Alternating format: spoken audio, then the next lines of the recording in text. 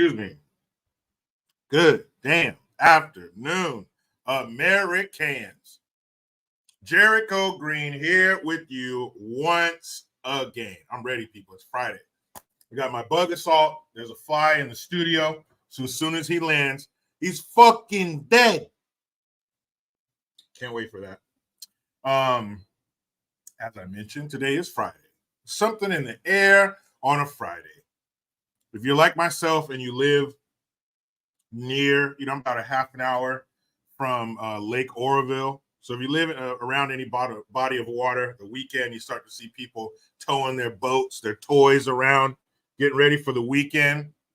You're already thinking about the weekend, what you're going to do tomorrow. This is why we need a 3-day weekend in America. Need a dadgum 3-day weekend in America if I become president. Because Saturday, it's a wrap. You got something to do. You got somewhere to go. Your kids are playing sports. You got a project. You've been eyeballing that fucking garage all week. I'm going to take care of you this week. I'm going to build that this week. I'm going to clean this. I'm going to trim this. I'm going to cut this week. Saturday's gone. Sunday, you already got one foot in the grave. You're thinking about the start of the week. If you have kids, definitely. What clothes are they going to wear? Are they ready for school? Their lunch is packed. All that shit, work, what time you have to get up. So mentally, you're already there. Mentally, you've already cheated on the weekend. You're thinking about Monday. You sitting here, you're supposed to be cuddled up with the weekend, and you're thinking about Monday. 3-day weekend. I remember I read somewhere that after World War II, there was a chance for us to have 40-hour work week, 4 10s, 3 days off. But something, I don't remember the details, but something about the powers that be, the heads of corporations decided that we only need a 2-day weekend. So I say 4 10-hour days. Who fucking have a problem with that? That's 2 more hours a day in your work day, but you get a 3rd day off. You get a 3-day weekend every weekend. Huh? You tell me what you think. I think that's a great fucking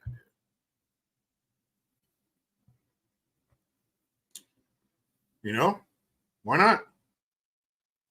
For people like myself who work for themselves, your weekends aren't so cut and dry like that.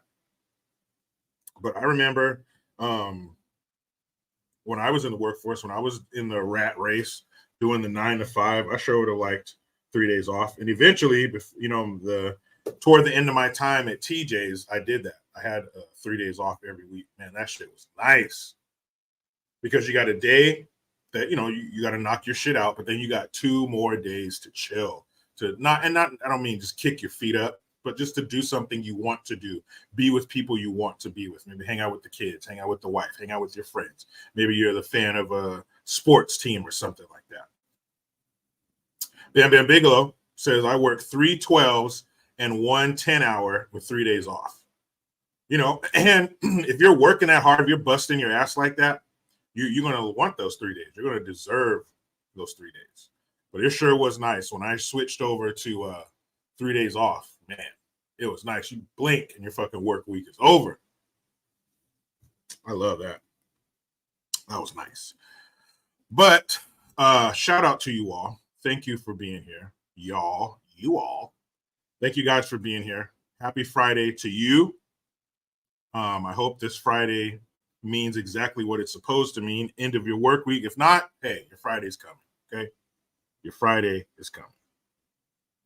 Yes, those days will be longer, but so would your weekend. And they, people in Scott Clay, yeah, but it's pretty mellow this week. He's asking, am I dealing with the heat? It's pretty mellow this week. I think we're low 90s. We got like 98 on Monday or something like that. So it's doable. The 90s, that's no problem. No problem. Now you start getting out of the 90s, you start getting into the hundreds. Well, then I got a fucking problem. That's a little much. King B, what's up, man? King B's in Vegas, still making time for us. Isn't that nice? Old Sweet Dick Malone says, I work remote. Yeah, when you work remote, it's a little bit different. I'm sure there's still pressure, especially if you have timelines or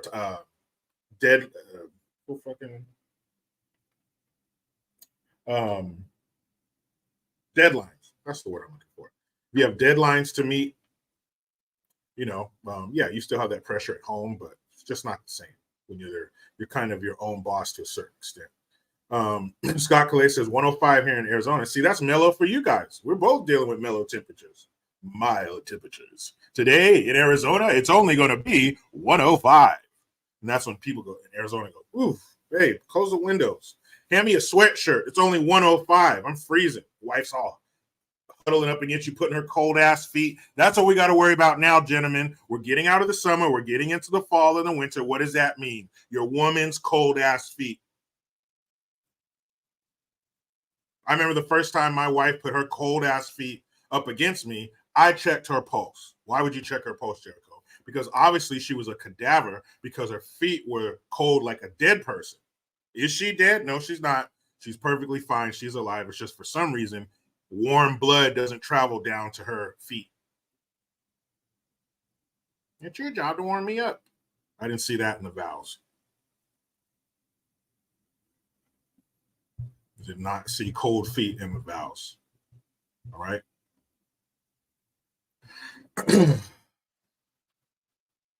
Oh, Penelope Roboito. I saw that shit. I'm gonna do I might do a standalone video on that. I'm not sure, but definitely a short. And maybe you techies out there can help me. So on my new phone, I got a new phone. When I go to do the green screen to do a short on YouTube, when I do a reel, same thing on Instagram. It's called a reel. So when I go to record a reel, it's fine. But when I go to do the green screen, let me flip the camera around. So when I go to do green screen on YouTube, it turns black. Oh, man, you guys can't see it. Son of a bitch. But it's black behind me instead of the picture. But when I do it on Instagram, it's the picture like it's supposed to be. So I don't know what that is. I'm really trying to avoid a trip or a phone call to the phone store or calling the phone company because that's never fun. But Nancy Pelosi, the liver-spotted demon, a.k.a. David Lopan, the villain from Big Trouble in Little China. And I don't mean the David Lopan with the makeup and all that, the ancient Chinese garb. I'm talking David Lopan, the shriveled old man in the wheelchair. That's what she looks like. She's a gargoyle. She sits atop skyscrapers in Washington, D.C., encased in concrete until nightfall, where she breaks free from concrete confines and rains down hell, fury, and fear upon the residents of D.C. You know that movie Rain of Fire? The dragons had like this napalm mixture that they would breathe out and then it would mix with the fire and they would set everything ablaze. Nancy has the same kind of thing, except it's not napalm, it's vodka vapors. It's vodka fumes from all of the pop-off vodka that she's consumed over the years. She has an endless supply.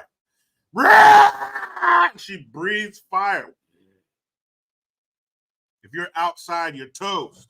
You're like some of those people in Hiroshima when they were outside and you see their shadow burned onto the side of a building. That's what it's like if you're caught outside when Pelosi leaves her perch after sundown. Vodka fire. Well, Penelope Roboito says, Jericho, excited to vote for Pelosi again? They're saying that because Pelosi has just announced she is going to run again for re-election. And this is what you deserve, Marin County, up near San Francisco. Once you cross the Golden Gate Bridge, you are in Marin County. You are in Nancy Pelosi's district. You are in Sausalito. You guys ready to shit? I see the super chats. So I'm going to get to them. You are much appreciated. Jay Reason, I see you, man. Let's do it again, guys. Homes for sale. And it's spelled Sausalito.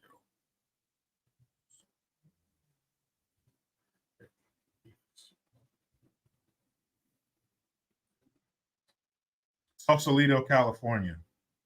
Yeah, that's how you spell it. Shut up, woman.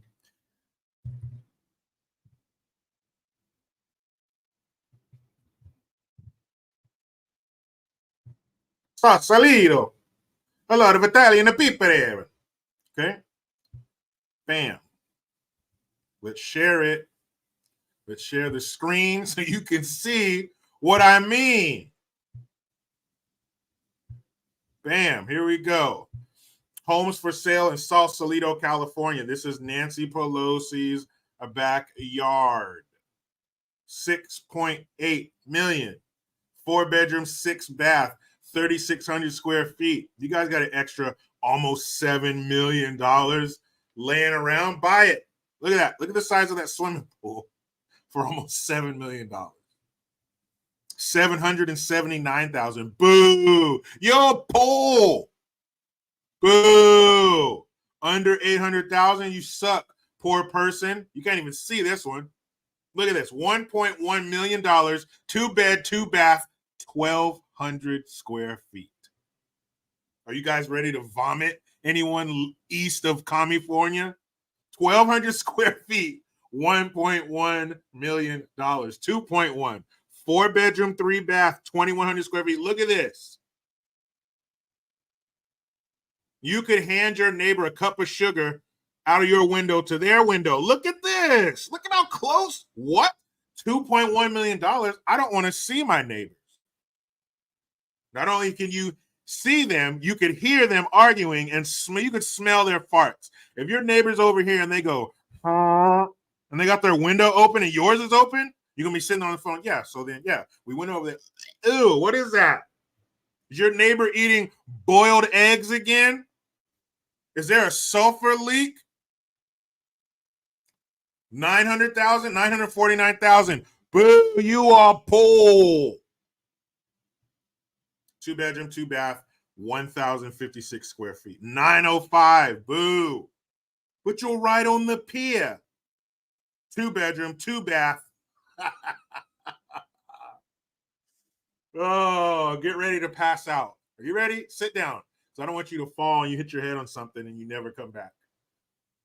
2-bedroom, 2-bath, 584 square feet. One more time. $905,000, almost $1 million, 95,000 away from $1 million. 2-bedroom, 2-bath, 584 square feet. Damn.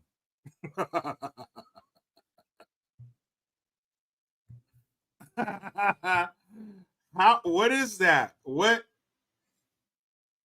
Damn. Not even 600 square feet. You guys probably had apartments that were bigger than 600 square feet. Oh, man. I don't see where's the thing so I can scroll up and down the page, damn it. Man. Here we go. Here we go. I'll share this one with you. We can scroll on this one.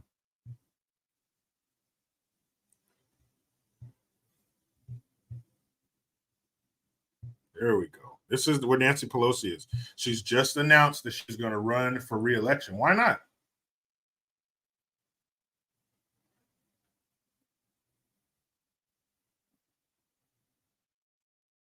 Why not run again?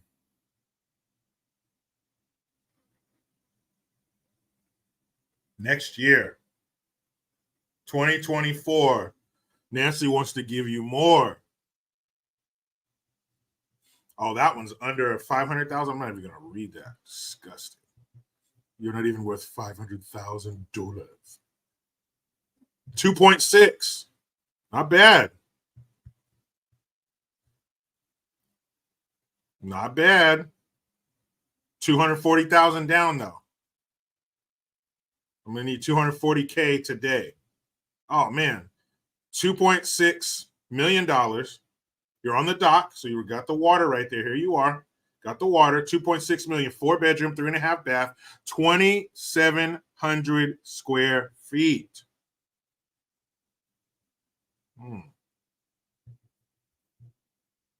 905, 865, 699, 865, one bedroom, one bath, 850 square feet for $865,000. 905. Oh yeah, we already read that one. That one's the one that's 584 square feet for $900,000. Wow. That is insane. 1.5 million, 2-bedroom, 2.5 bath, 1,600 square feet. 949,000, 2-bedroom, 2 bath, 1,000 square feet. So basically, what I'm trying to say is houses are expensive where Nancy Pelosi runs shit. And you look at this one, 3.5 million, 4-bedroom. Doesn't say anything about bathrooms, so maybe you're pissing and shitting outside.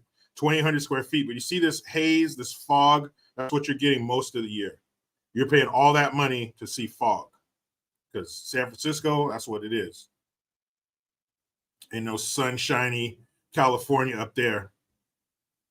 So to answer your question, Penelope Roberto, no.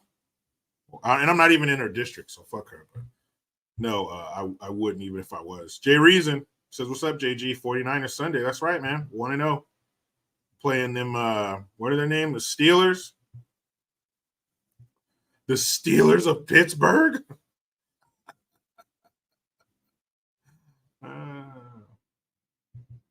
But basically what I'm trying to say is, you want to live near Nancy, you have to pay up.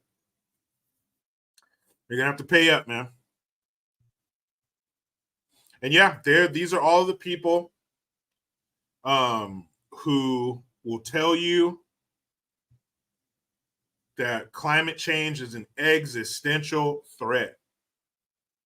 That means if you don't take care of it, it's going to kill you.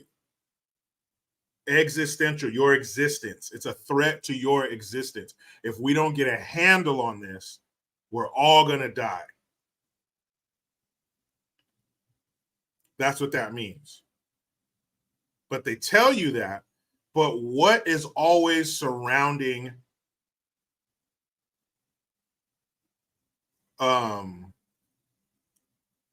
what's always surrounding these new homes that they buy? They're all what? Waterfront property. So climate change and the sea levels and all this shit, why do you guys keep buying waterfront property? The oceans are supposed to boil. What was Al Gore talking about? Rain bombs and shit. But they're steady buying waterfront property. The sea levels are going to rise. The Statue of Liberty is going to be up to her fucking tits in ocean water. But I keep buying waterfront property. I keep buying property right by the water. I think Nancy's up on the hill a little bit, but she's but a stone's throw from the Pacific Ocean. She can smell the sea breeze in the morning. That sea breeze hits those big old veiny liver spotted titties we got to see when she was in Italy last year. Why do they keep buying houses there? Why aren't you guys buying shit up in the mountains with all the fucking preppers, man? I got 400 pounds of beef jerky in the basement. How come you're not buying houses near them, away from the water, up in the hills? So no matter how high the water gets, you'll be okay. But you're buying property where you can get sand between your corrupt toes every morning. You tell me. Mark's Music Obsession, he says, what's the average around where I live? Well, without getting too specific, let's see.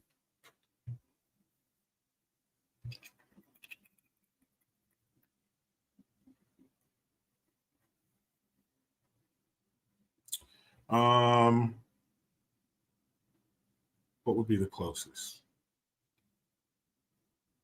Okay, the closest I'll do the houses in Olivehurst. That's where I have my my PO box.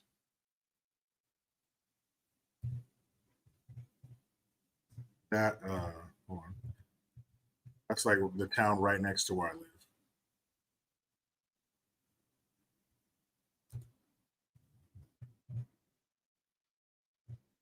Olivehurst.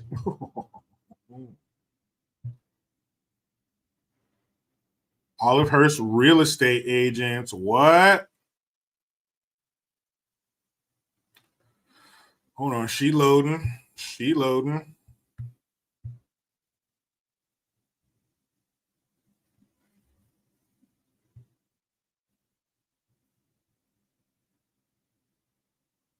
Spunberry says he's trying to decide on dinner. I don't know, Spunberry. What are you in the mood for? A little pasta, maybe some barbecues. Feeling some Asian food? Maybe some sushi? Some sushi for that ass? Mexican food? Sometimes you get a taste for Mexican food. No, I don't want to find an agent.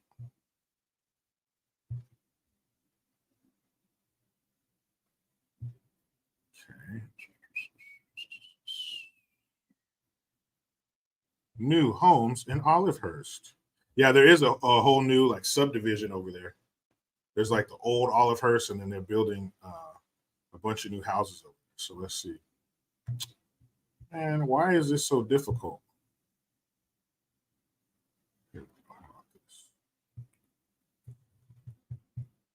Homes for sale.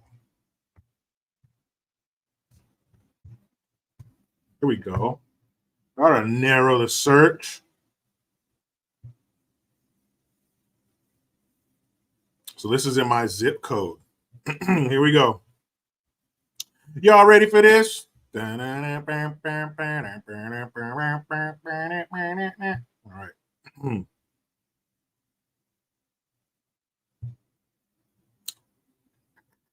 All right, there it is. Here we go, people. Homes for sale in my zip. So you have 4-bedroom, 2-bath, 2,000 square feet, 585.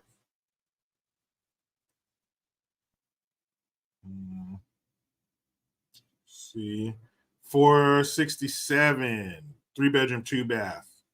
And for California, these are on the lower end. Again, anywhere near the water. Where I used to live in Salinas, that was about 20 minutes from the ocean. You're looking 700,000 plus, depending. 339. Oh, that's a pretty bad picture you guys picked. 3 bedrooms, 2-bath, 1,400 square feet. 5 bedrooms, 3-bath, 2,300 square feet, 505. 3-bedroom, 2-bath, 1,700 square feet, 440. 4 bedrooms, 3-bath. That's a pretty big ass house.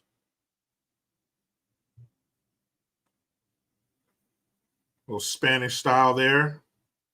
Got the tile, the what do they call it? Spanish tiles on the roof. It's nice. Get rid of that carpet.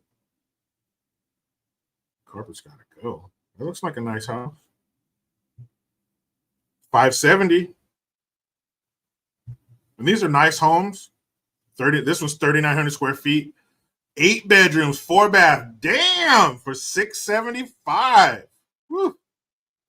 4-bedroom, 2-bath, 1,800 square feet, 490. 3 and 3, 1,700 square feet, 437. That's pretty cheap. 3 and 3, 2,300 square feet, 504. Not a big. I grew up in a house that had 2 stories. I'm done with the stairs. I'm done. Fucking done. The last house we lived in had stairs. Done. So a lot cheaper than Pelosi's neighborhood. And just to give you an idea, a little juxtaposition about this.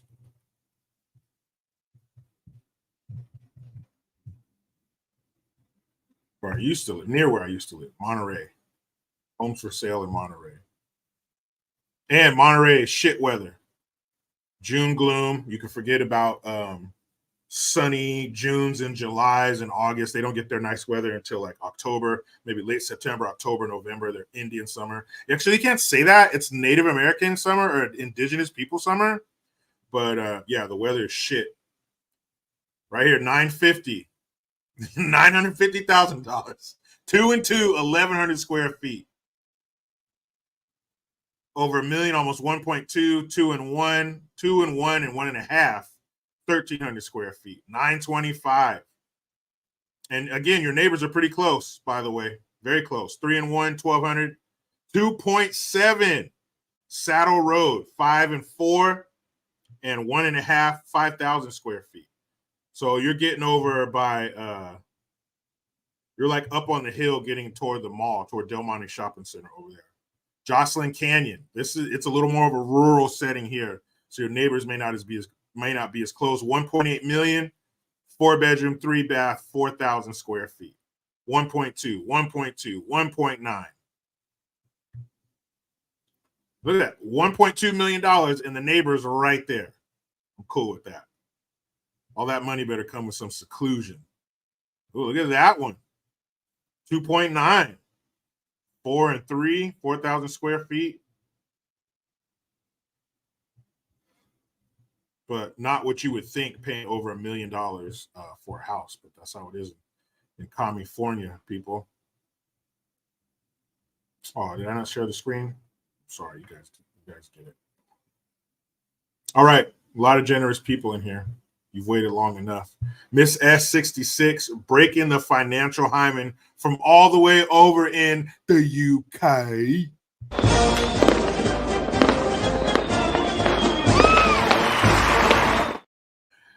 Thank you, Miss S66, for the £9.99, sir.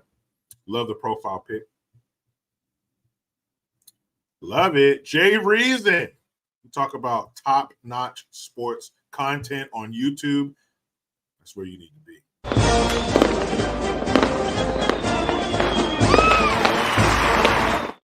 Hey, thank you, Jay Reason, for the Hamilton. He says, in all caps, by the way, this ain't a super chat. This is me supporting my brother. Donate to this man who is saying what needs to be heard. Thank you very much, Jay. I appreciate that, man. So all we're trying to do here is tell the truth. That's usually all you need.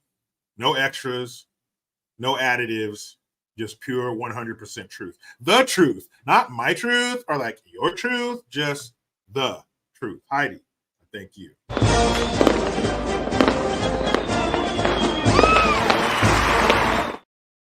Heidi Booth, thank you for the Hamilton. She says, JG, shout out to my beautiful granddaughter, Sophia, born at 3 p.m. on the dot, 8 pounds, 21 inches. And that would be 3 p.m. your time, which is 3 hours ahead of here, which means this happened not too long ago. So congratulations to you, Heidi. Let me be the first person to give beautiful Sophia an official shout out. Shout out to you, young lady. 8 pounds, 21 inches. That's a big baby. She's going to be a nice, healthy baby, nice and chubby. She's going to get the rolls. Just wait till you see you know you're a chubby baby when you get rolls on your wrists. On your ankles got rolls. Love a chubby baby. Shout out to you, Miss Sophia. Beautiful name. Tammy D, down there in Florida, keeping those damn Gators in line. Thank you, Tammy.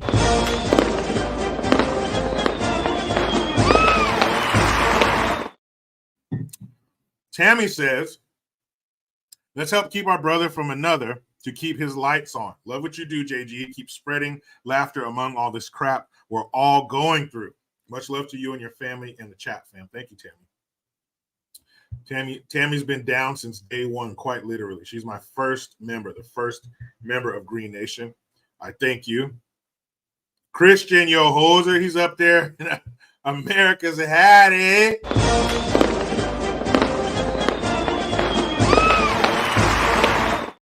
Thank you, Christian. He says, here's 5 Canadian pesos. I hope it helps. Cheers, buddy. Hey, every little bit helps. Little bits, big bits, domestic bits, or foreign bits. I take them all. Very thankful. Appreciate you guys.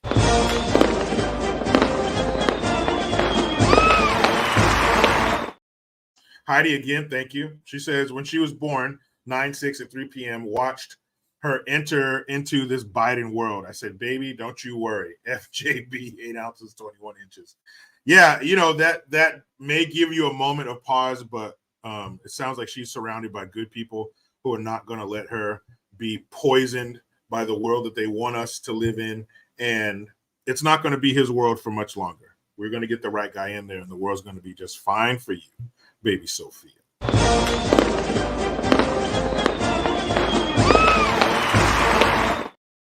Spun Bearing 65, thank you for the Hamilton. He says, just can't drive in LA and seeing hairy cracks bust out and squeezing off rounds of shit.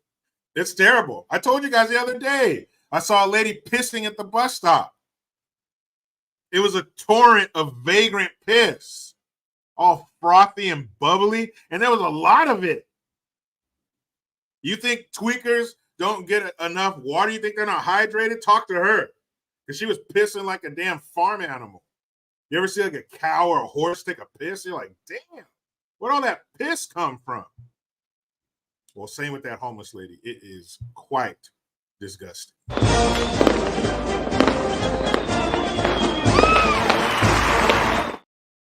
AC, thank you. Diane Feinstein has my vote in 2024, baby.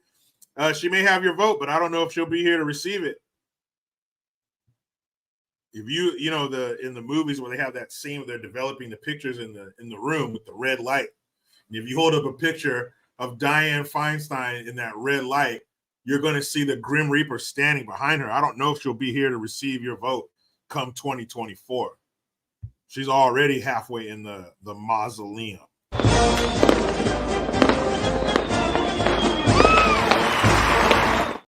Spun Bearing once again, thank you. He says, I put Feinstein's mug to and before and after meth mug shots. No difference. Yeah, she is an unfortunate little shriveled up demon.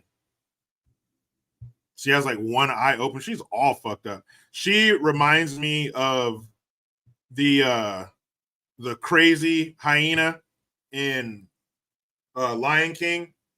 You know, there's the one that Whoopi Goldberg did the voice for, and then there's another one, and then there's the one that's just like, and his eyes are all bugged out, and his tongue's always hanging out and shit. And it looks like he was attacked by 6 lions, but he lived.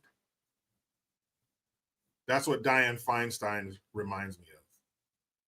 Was that his name? Mads is Spun? Was that the fucking hyena's name? That's what she looks like. Am I wrong?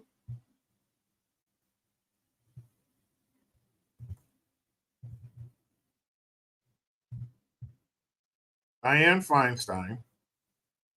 Let's see. Images. Hope my screen doesn't crack. Oof. Oof. And then they got all these pictures of her from like no more than 20 years ago. No, you motherfuckers. That's not the Diane Feinstein I want to see. You know what I want to see. So this is the Diane Feinstein that I grew up with. You know, around election time, they put those stupid bullshit commercials out where they're wearing a denim button-up shirt. They're looking at blueprints on a construction site like they know what the hell they're looking at. This is the Diane Feinstein that I grew up with. You know, it's about time to hang them up. You look like you're in your 60s, probably got some grandkids running around, probably starting to keep hard candy in your purse, so it's time to go, right? All right, Diane. Time to go. But that's not the Diane that we want to see, is it? We want to see the Diane from today. We want to see this one-eyed. We want to see the picture of the one-eyed slag.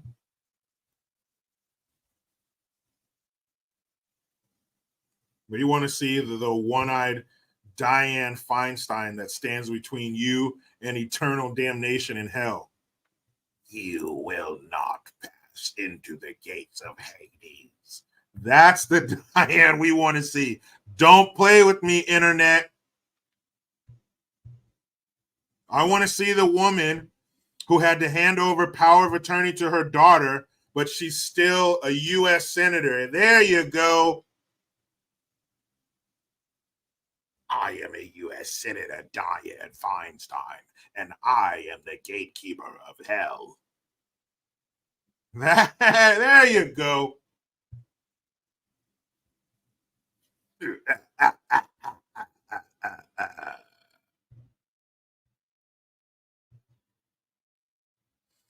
John, I'm sorry, this is not the Crypt Keeper. I know if you're just tuning in, you're like, what is this? Is he doing a show about 90s TV shows on HBO? No. This is Dianne Feinstein. She is our leader. Yeah, she looks fucked up.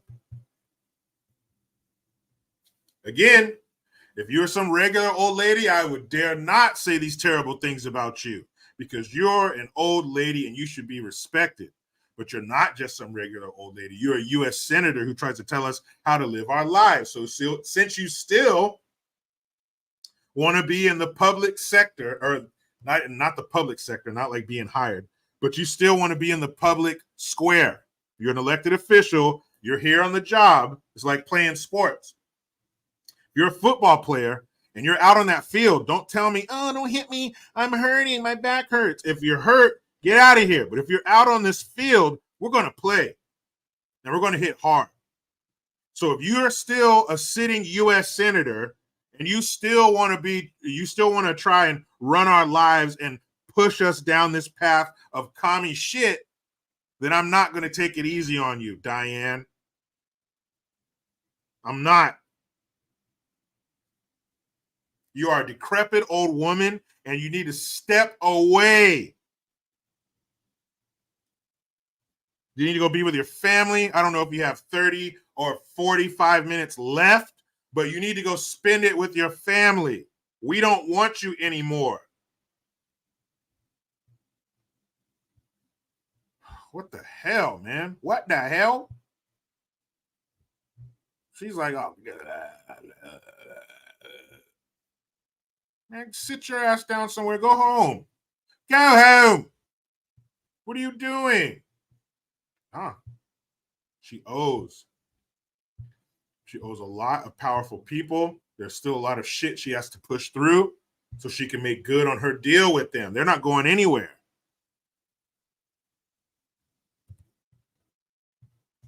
She's not going anywhere.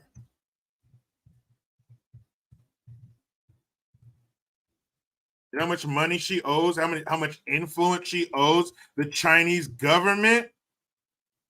You're not going anywhere, Dianne.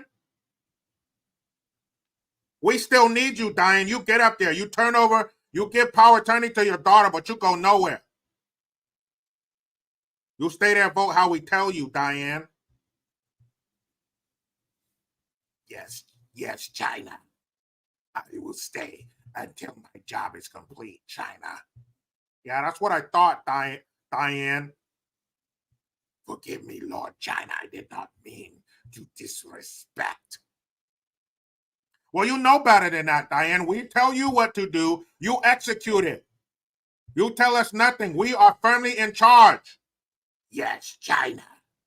I will never question you again, Lord China. Yeah, you better not. Does she not look like this hyena from the Lion King? Just blah, blah, blah, blah.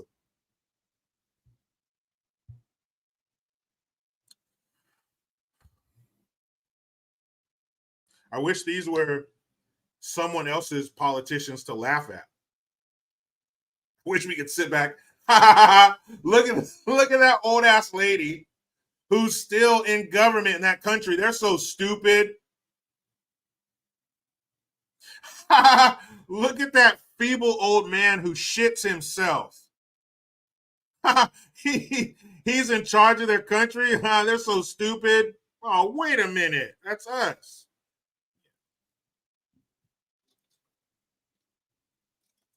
Kim, Iowa.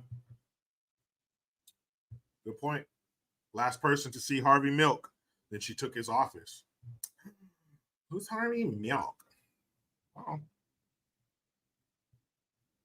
Was he a city councilman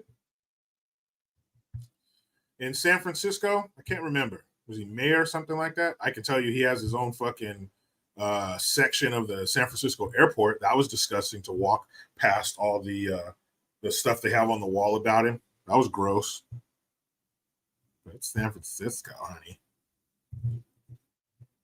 Like there was a jizz on the floor.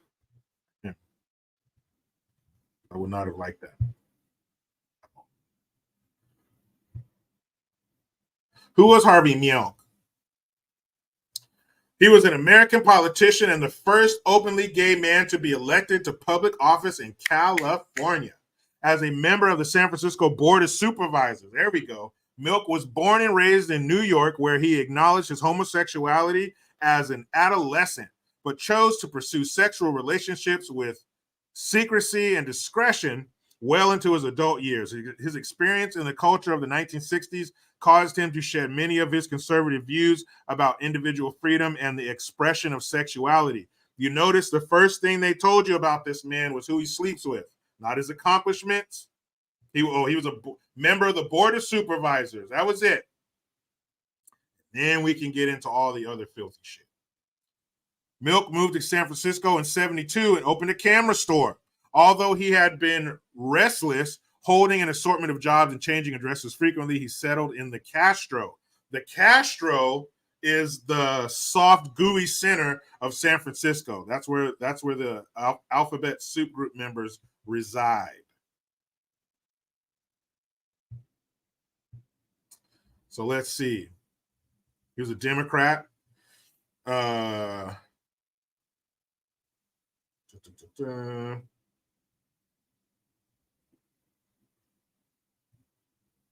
see.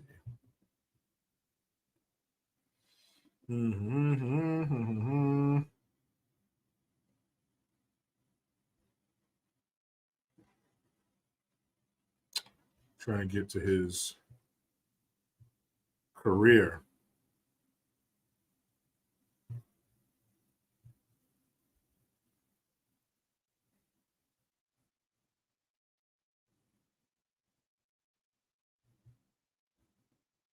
Yeah, he was mayor of like Castro Street, kind of, I guess, from early in his political career, Milk displayed an affinity for building coalitions. The Teamsters wanted to strike against beer distributors, Coors in particular, who refused to sign the union contract. An organizer asked Milk for assistance with gay bars. In return, Milk asked the union to hire more gay drivers. A few days later, Milk canvassed the gay bars in and around the Castro district, urging them to refuse to sell the beer. With the help of a coalition of Arab and Chinese grocers, the Teamsters had also recruited. The boycott was successful.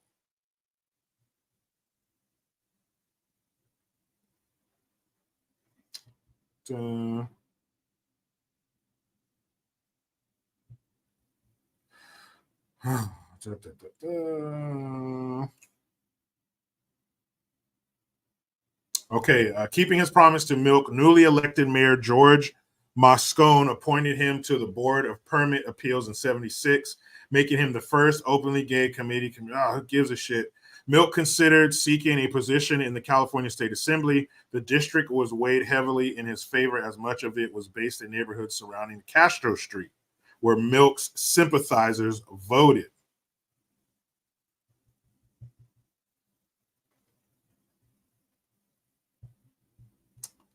Bah, bah, bah.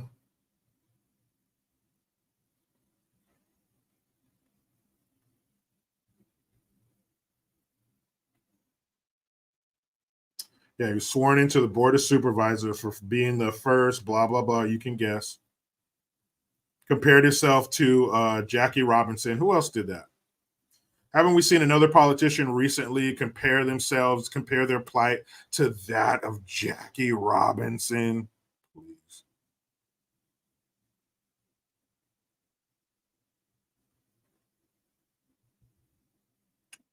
Okay, on November 10th, 1978, 10 months after he was sworn in, Dan White resigned his position on the San Francisco Board of Supervisors, saying that his annual salary of $9,600 was not enough to support his family. Shit. Within days, White requested that his resignation be withdrawn and he be reinstated, and Mayor Moscone initially agreed. However, further consideration and intervention by other supervisors convinced Moscone to appoint someone more in line with the growing ethnic diversity of White's district and liberal leanings of the Board of Supervisors. On November 18th and 19th, news broke of the mass suicide of the 900 people, the People's Temple down there in South Africa.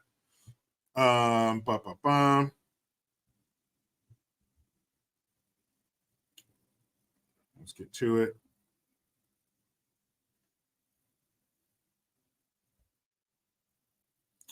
Okay, so White avoided metal detectors by entering City Hall through a basement window and went to Moscone's office, where witnesses heard shouting followed by gunshots. White shot Moscone in the shoulder and the chest, then twice in the head. White then quickly walked to his office, reloading his police issue revolver with hollow point bullets along the way, and intercepted Milk, asked him to step aside for a moment. Diane Feinstein heard gunshots and called police, then found Milk face down on the floor, shot 5 times, including twice in the head. Soon after, she announced to the press, "Today, San Francisco has experienced a double tragedy of immense proportions. As president of the board of supervisors, it is my duty to inform you that both Mayor Moscone and Supervisor Harvey Milk have been shot and killed, and the suspect is Supervisor Dan White." Milk was 48 years old. Moscone was 49.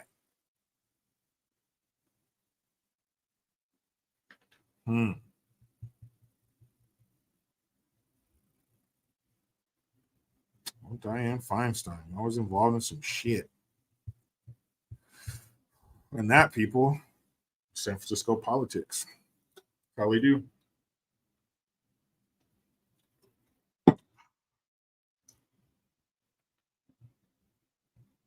Oh. Jim Jones, Jonestown massacre donated to Milk's campaign, Feinstein's and Pelosi's. Ow. Now that's crazy. Like, you can't help who supports you, you know, as someone who's running for office or something like that. But I don't know, guys. That's some pretty crazy shit to be involved with. And then have that happen to Milk and Moscone.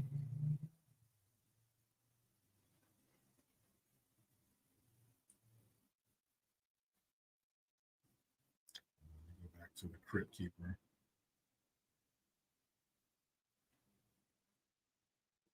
Feinstein. Oh, God.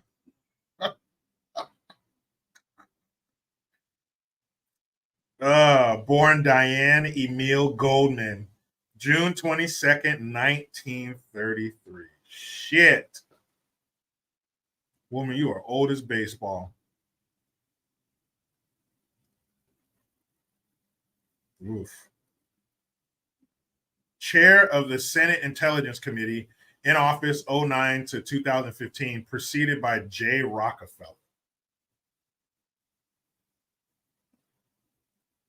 Chair of the United States Senate Caucus on International Narcotics Control. Check this out. January of 09 to January of 2015, preceded by Joe Biden. Well, I bet that was a good time for Hunter. He was on the United States Senate Caucus on International Narcotics Control. Succeeded by Chuck Schumer. 38th mayor of San Francisco, in office from 78 to 88, preceded by George Moscone. He was assassinated, then she took over. What would Arsenio Hall say? Things that make you go, See more generosity all up in the building, so let's please show some appreciation. Joe Mello, what up?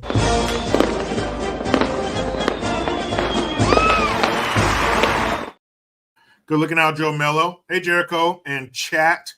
Here's some love for your new channel. Appreciate it, man. I will be dropping that soon. I am so excited. Brendan Gerzalak. Thank you, man.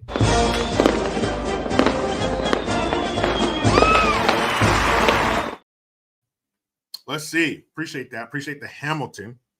If you go to Mexico, they want you to speak their language. But if they come to America, they still want you to speak their language. Bullshit. If I go to your house, following your rules. That's right. Unless you broke into their house, then that means you don't care about their rules and you don't have to follow shit. Right? That's what they're doing. We're going to talk about that too. Yesterday was the first day of school in New York City. And guess who was super excited to start school?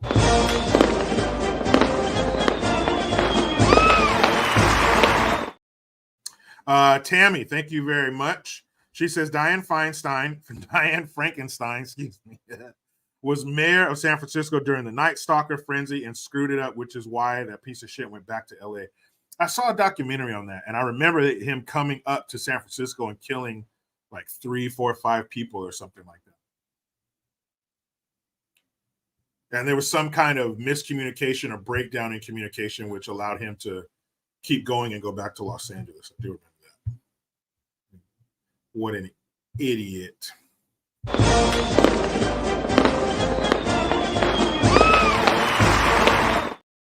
Chris Koch, thank you for the Hamilton, man. He says, do you think Tucker's interview with Larry is a shot to try to sink Big Mike's potential run? I don't think so. I think it's just a way to get the truth out there. I think Tucker leaving Fox or being fired from Fox or whatever, and going out on his own has definitely brought some more people over to his side or caused more people to be a fan of his because he's not under the banner of Fox News. So I think that brought a lot of people into his camp, so to speak. But I don't think there are enough people who are in the opposite camp who watch Tucker Carlson that would be swayed by this information. And it's not exactly new. It is different to put a face to somebody who's saying it and to have them on such a big platform, for them to be allowed on such a big platform. Because back in the day, there was such a chokehold. There's only 4 or 5 outlets. If they all happen to be in the back pocket of the Democrats, and you ain't going nowhere. But now social media, anybody can make a channel and get their word out. So I don't think that it was meant to do that anyway. I don't know if that's even possible, because anybody who supports Big Mike at this point, you ain't ever leaving. You got Stockholm syndrome to the fullest. So if you're not shaken out of your Obama coma by now, Tucker Carlson ain't gonna do shit for you. But hey, keep exposing him, Tuck. Keep it up. Keep getting interviews with people who sound very credible when they say that Barry Obama slobbed on their knob or they slobbed on his. So keep it up. Just because everybody doesn't listen to the truth doesn't mean that you shouldn't say it.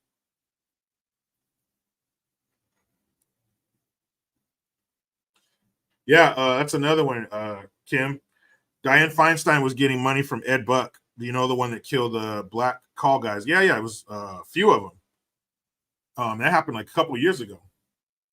Also friends with Adam Schiff. Adam Schiff has a problem with what? Chinese spies. So does Diane Feinstein. Again, there was a time not too long ago where there was a time. Hold on a second. Something's jumped on me right in the middle of my thought. There was a time when, Adam Schiff and Diane Feinstein, Ed Buck, like you're conspiracy theorists. You have a tinfoil hat on. Right? They wouldn't do that. Now, after the sweet and sour sniffles bullshit, yes, they would. That's right, Jeffrey G. Clinton Chef, same fate. Oh no, that's not Jeffrey. What's up, man? Clinton Chef, same thing.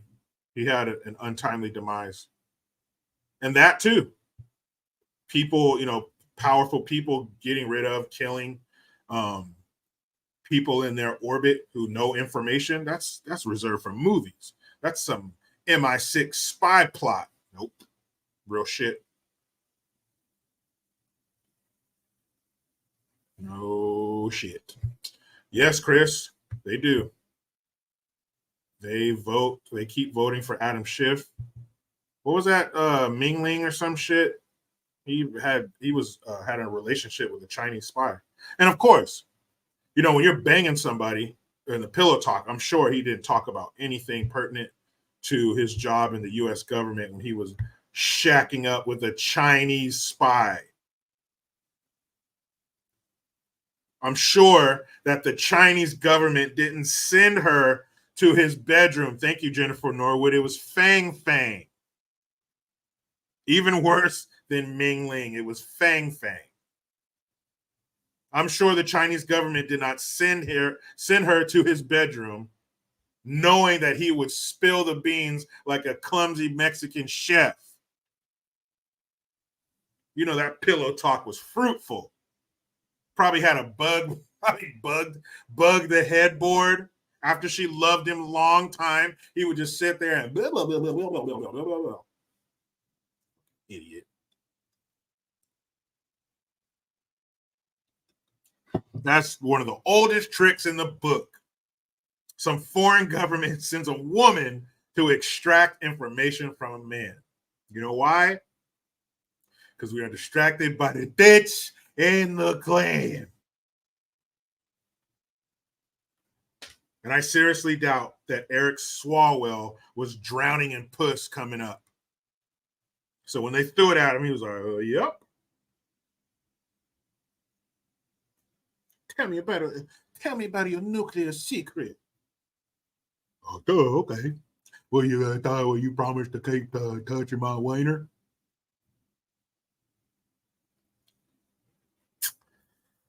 Anyway, guys, what's on the agenda for today? Back to school in New York City. Hey, everybody remembers the first day of school. I had my first day of school outfit laid out for like a week. Couldn't wait. Styling and profiling on the first day of school. Well, New York City, yesterday was their first day of school. And some of the new asylum seekers have children. How many? About 20,000. They have to go to school too. Because apparently in made up la bullshit land, because somebody comes here, we must afford them all of the amenities of our country. Education, healthcare, housing, cleaning. We have to give it to them.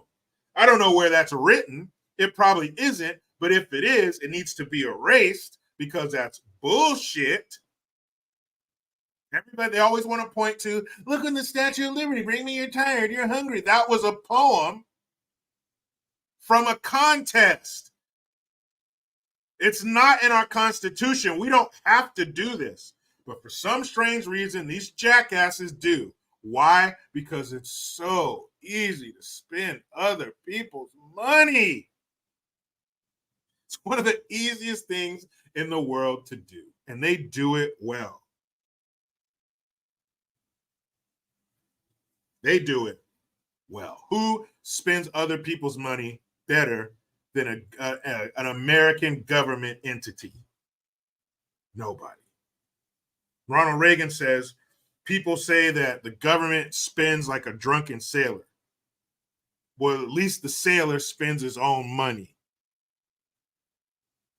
20,000 kids who shouldn't be here. Let's see, a year's worth of school or a one-way bus ticket? Which is cheaper?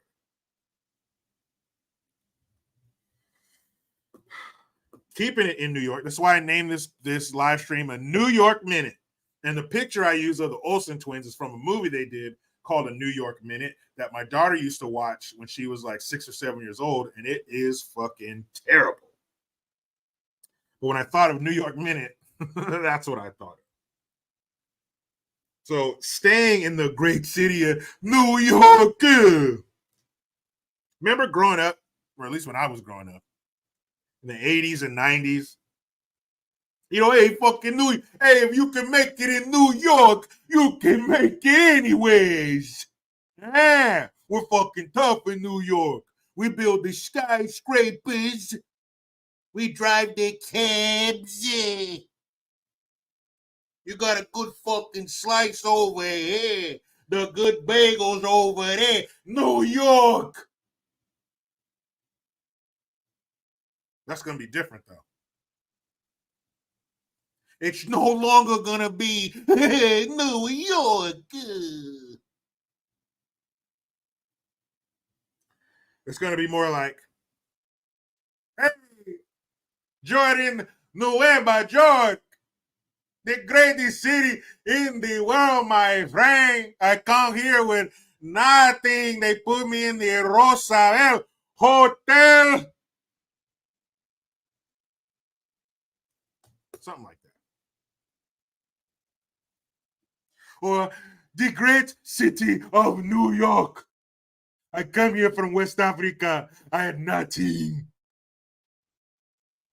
I come here, they give me everything. Hey, I love New York City. We came here all the way from China.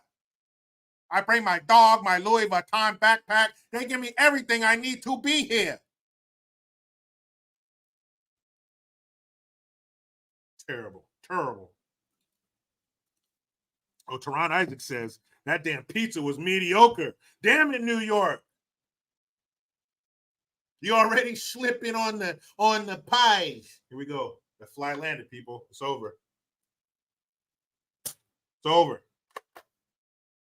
One shot, one kill. Damn it. You guys already slipping on the pizza? Fuck Eddie. So Mayor Eric Adams is crying like a bitch about the city being overrun, 10,000 immigrants a month. There are cities, border towns in Texas and Arizona and New Mexico that are going 10,000 in a month. They see that a day.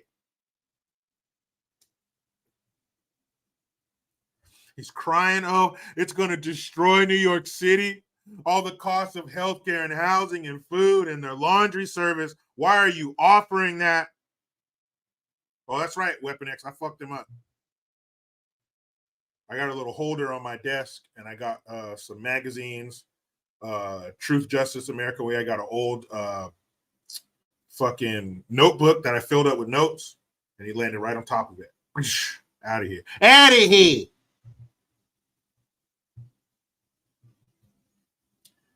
He's crying and bitching and complaining, but you're the one who popped smoke, stupid. You're out there in New York City. You popped the green smoke. Come on. We're a sanctuary city. We're a sanctuary city. You're screaming that from the top of the Empire State. And all of a sudden the hordes show up and now it's a problem. Now you don't have the resources. Then why did you call him, you idiot? You asked those people to come here.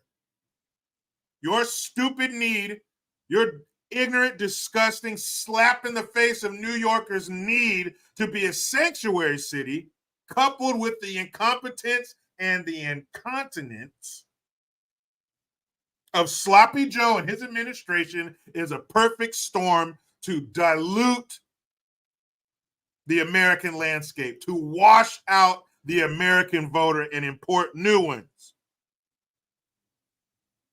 You two dumb planets aligned. You got what you asked for. Now you're crying like a pussy.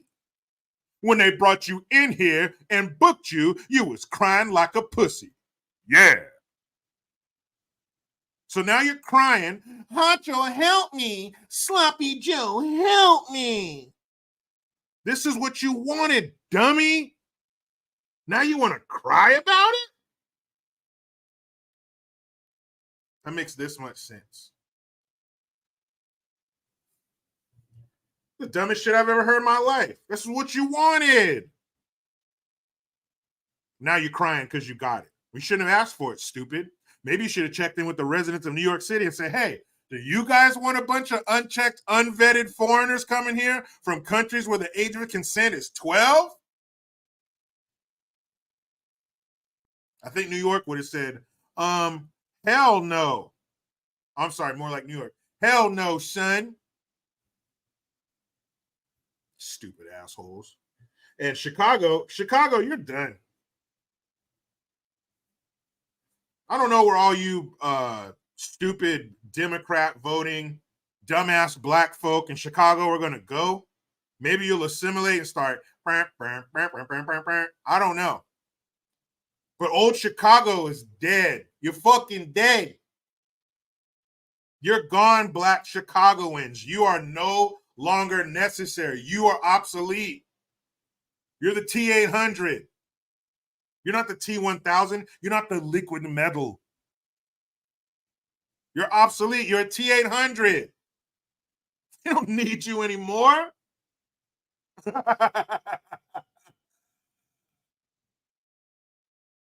See, working class folk, middle class, upper middle class, poor folk, you know what they usually do if something breaks? Chances are they're going to try to fix it before they replace it. But the rich, the elites, they don't fix shit. They just replace it. They're not going to fix you. They're just going to replace you. Bye. We'll bring them in. We'll bring them in as soon as they get here. Some of them are going to come here already pregnant. All right? But when they get here, they don't do like the American black folks who account for a third of the abortions in this country, even though the black female is only like 6 or 7%, maybe 6%. Over 300,000 abortions on black babies a year. 20 million since 73, since the great Roe v. Wade decision was handed down to us. Not to mention the 7,000 plus homicides every year. They're not going to do that. They're going to get here and fucking, hey, wait. Ah! That's what they're going to do. And then they're going to go, oh, shit. Now it's 15-1, 20-1. Now their neighborhood's going to turn into or yeah, umbobo, yeah. That's where they're coming from. Their neighborhood's going to turn into, you know, the gods with the 8 arms and shit.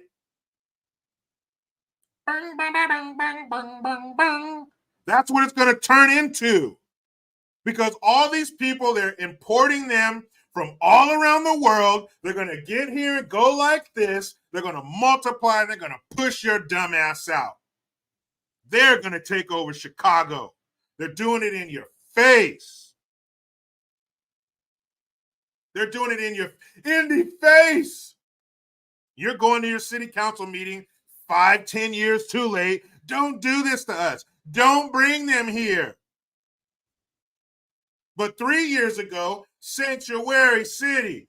Well, guess what? The sanctuary is here.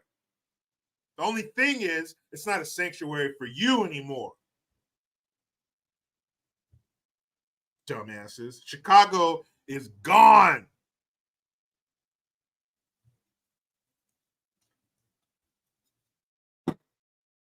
It is gone. Oh, sweet Dick Malone, I'll take that as a compliment. Ingrid de la Rosa. Good to see you in here. Ingrid is a recent American citizen from the Dominican Republic. She took all the right steps. She took her oath. She studied. She paid. Now she's an American citizen. She's proud to be an American citizen because she had to work for it. All too often, the people who come here illegally, they want to be in America. They do not want to be American. So I'm sure that it burns the biscuits of people like Ingrid who did what they were supposed to do. And yet they're allowing people to leapfrog her and others like her and steal the American dream. And you have dumbass Americans, yes, wipe me out, erase me. Black folks are hurt first and worst by illegal immigration. And you have an entire city of black folks in Chicago saying, yes, wipe me out, erase my lineage. Because if you think they're just going to come here and go, yeah, in their own women, you're out of your mind. Because they're going to do that to some of the American women too. And you're just going to be bred out of existence. And the stupid part is, You welcome them here. You called them here. You voted for them to be here. I want to be a sanctuary city because as long as it's far away in Arizona, Texas, and New Mexico and California, I don't care. It makes me feel good. I get to lay my empty leftist head down at night knowing that I helped a brown face from across the border. Well, now they're in your neighborhood and you're getting a taste of California, New Mexico, Arizona, and Texas, and you don't like it. I don't like the way that tastes. Too bad. Too bad. Steve Hilliard, I would say you're overqualified for the presidency. You can type clearly. You're already overqualified to be president. You stupid assholes. You begged these people to come here. Now they're here and you got a problem. Goodbye, Chicago. See ya. You wanted this.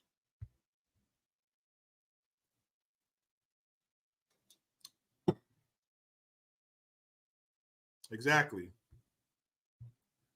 Chicagoing, going, gone. Now you guys are going to have to kill each other somebody else, somewhere else.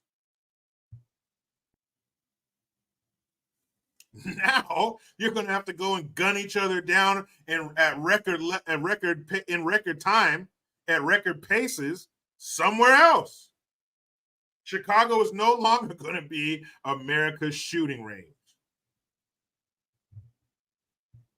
Damn, Chicago. Chicago, you stupid. Remember Tommy used to say that to Cole and Martin? Cole, you stupid. Chicago, you stupid.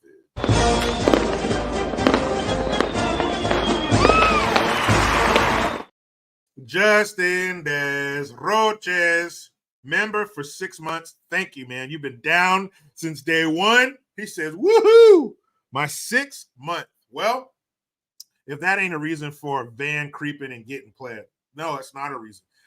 Justin, there's no good reason for that. There's never a good reason to go out, creep in your van with no windows and get play. Never. But that doesn't mean I'm not thankful for your presence here, and I am. Appreciate it, Justin. DJ John T.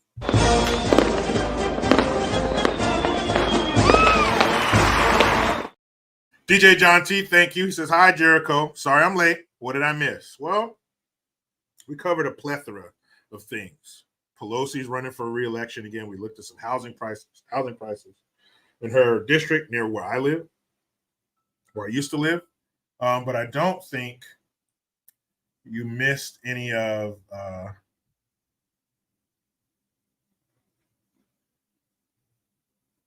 hold on a second.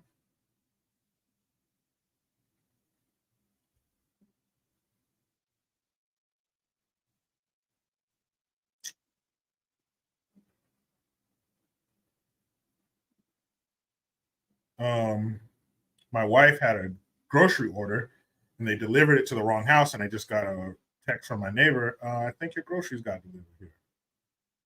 So I thanked him. Now I got to let my wife know the groceries on the porch. Excuse me.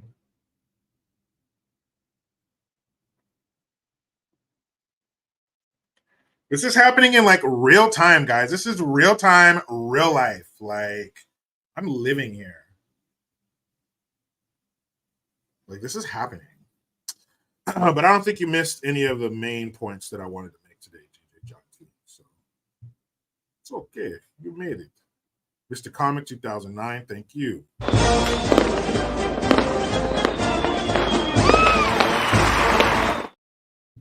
Mr. Comic 2009, Preach. He says, LOL, are they going to teach how to not read as well? Well, yeah. You can't. Look, man. Reading, being on time, working hard, math, all that shit's racist, dog. It's racist. We don't teach that to the people of color. That's not how you get ahead in life. Hard work, perseverance, punctuality, focus, determination, consistency. That is only for the white people. If you are a person of colors, you sit back, relax, suck on federal teeth. We take care of everything for you, colored peoples. We clothe you, we feed you, we house you, we teach your kids in our schools. White people, you got to work hard, determination, all those things we try to keep from colored peoples. Math, good grades, all those types of things are for the whites, the blacks, the Mexicans, and all those type of people of colors. We do everything for them. Plug into machine. You guys stop me when I'm lying. Yeah, all that kind of shit, that's racist shit, man. Reading, writing. What the fuck? You sound white. Why you sound white? Why you reading shit? Why you read? Why you getting A's and shit? Perfect. They put all the right ingredients and the proper measurements into this crock pot of victimhood. They set it and forget it. The victims will take over from here. We will continue. We will perpetuate this cycle of violence and death. And any of us who try to do better and rise above the muck, we will surely, verbally, and if necessary, physically beat them down, beat them into submission so they will not remove the yoke from around their neck. They will not release themselves of this albatross. No, no, no. We will make sure that we all stay chained to the foundation.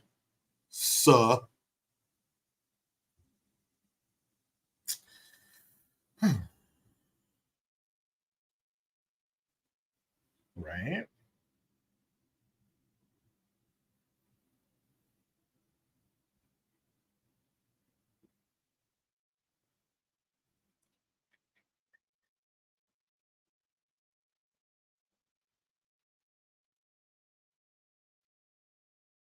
The albatross. True that, Ingrid. True that. True that. So, guys, I'm excited. I want to talk to you about these kids' first day of school. Oh, my wife just texted me back. She's like, how'd you know?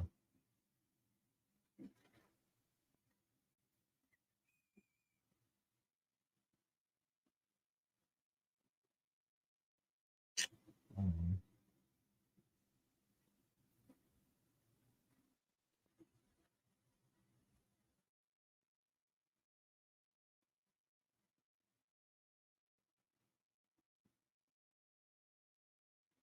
Bam. Okay. So they delivered it to our next door neighbor's house. So back to school. How exciting. You all remember that, those days. Those days and times. Well, you need to listen to this. You guys ready to have the cockles of your heart warmed? Okay.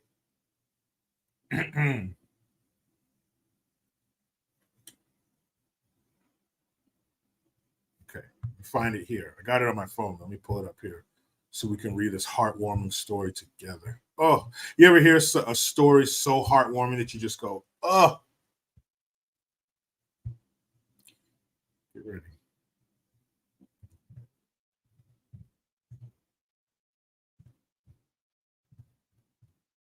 Man, what the hell?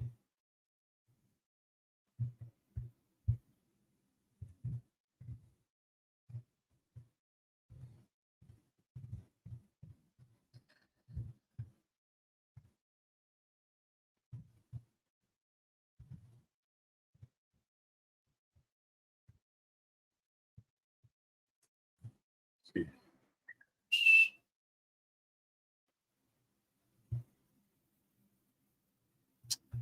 Here it is. I love how they try to spin it. Just listen to the language. Listen to the words they use. Because they don't want to give you the truth so you know how bad it really is. They want to use kinder, more gentler words so you don't know the extent of the problem.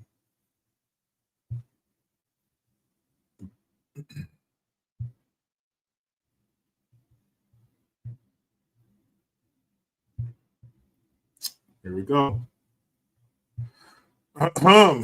An influx of migrant children tests the preparedness of NYC schools. Oh, we'll get to that. We'll get to that in a minute, in a minuto, if you will. Look at this. First of all, where did he get his haircut? Calvin Klein? Are your kids going to school in Calvin Klein? Mine aren't. Where'd you get that stroller from? Did you bring that stroller from Venezuela or Ecuador, wherever you're from? It's questions of a taxpayer. Damien, age 5, was giddy with excitement as he left a Manhattan homeless shelter, sometimes running and skipping along the sidewalk, accompanied by his wistful mother, a migrant from Ecuador. What does wistful mean? All these new words.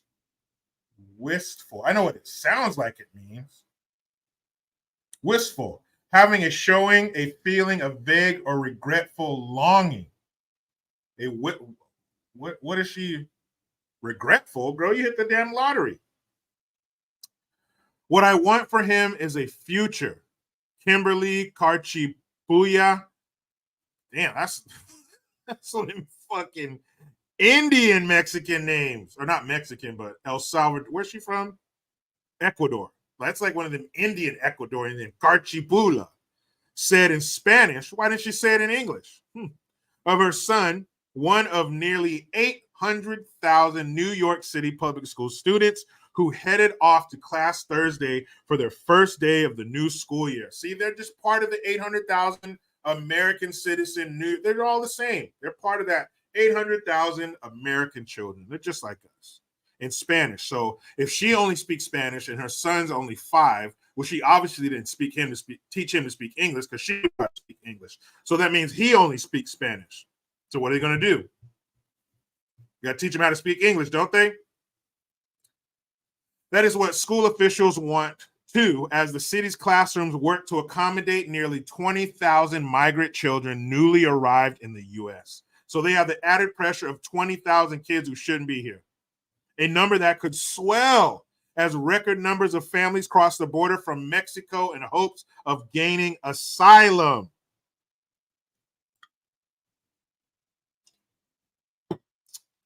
Several major U.S. cities have struggled with an influx of many thousands of asylum seekers. You hear the language? They're just here to seek asylum. They've come from all around the world to seek asylum. If you do not seek asylum in the first country that you come to in your journey to get freedom, then you are no longer an asylum seeker. You are an illegal immigrant. These people are ditching their passports before they cross over so they can claim asylum. They're ditching their passports because they needed the passport to get over here from China, Africa, Pakistan, and Egypt, Haiti. But now that they're here, you can't claim asylum and have a fucking passport because that means you got your shit together back home. So they ditch them. Isn't that what they call that? Littering, right? Littering. Oh, but the planet, we need to take care of it. Except these tens of thousands of pieces of paper thrown in the desert. Several major U.S. cities have struggled with an influx of many thousands of asylum seekers who have filled up homeless shelters after entering the U.S. A homeless shelter are unhoused. But aren't those shelters for the unhoused, not for immigrants, illegals? Whatever, we'll displace you stupid Americans. Get outside on the street. Winter's coming. New York City's shelter system has been especially overwhelmed but Mayor Eric Adams has sought to reassure parents and community groups that the city's nearly 1,900 schools, which have a long track record of welcoming immigrants with limited English skills, are well prepared to welcome migrant children into classrooms, all 20,000 of them. The huge public school system has around 3,400 teachers licensed to teach English as a second language, more than 1,700 certified bilingual teachers fluent in Spanish, the language spoken by the majority of migrant families. According to Education Chancellor David C. Banks, some schools expected to get a higher share of students living in shelters are getting more funding, with $110 million allocated for immediate needs. See what they do when it's the right group? They can pull $110 million out of their fucking ass for these illegals. Americans, well, fuck you.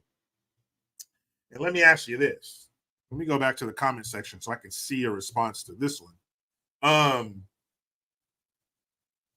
What kind of schools? No, wait. Let me back up. What kind of neighborhood do you think these schools are in that they're sending these children to? Here's what I mean. Do you think that they're sending these children to the Upper West Side or Upper East Side in Manhattan where the rich and famous send their children? Huh? Do you think they're sending these migrant kids to sit next to Blue Ivy Carter? Do you think that they are sending these migrants, these illegals' children, do you think they're sending them to these affluent private schools where the kids wear uniforms and the student pickup drop-off line is lined with Bentleys and Rolls Royces and Raris? Huh?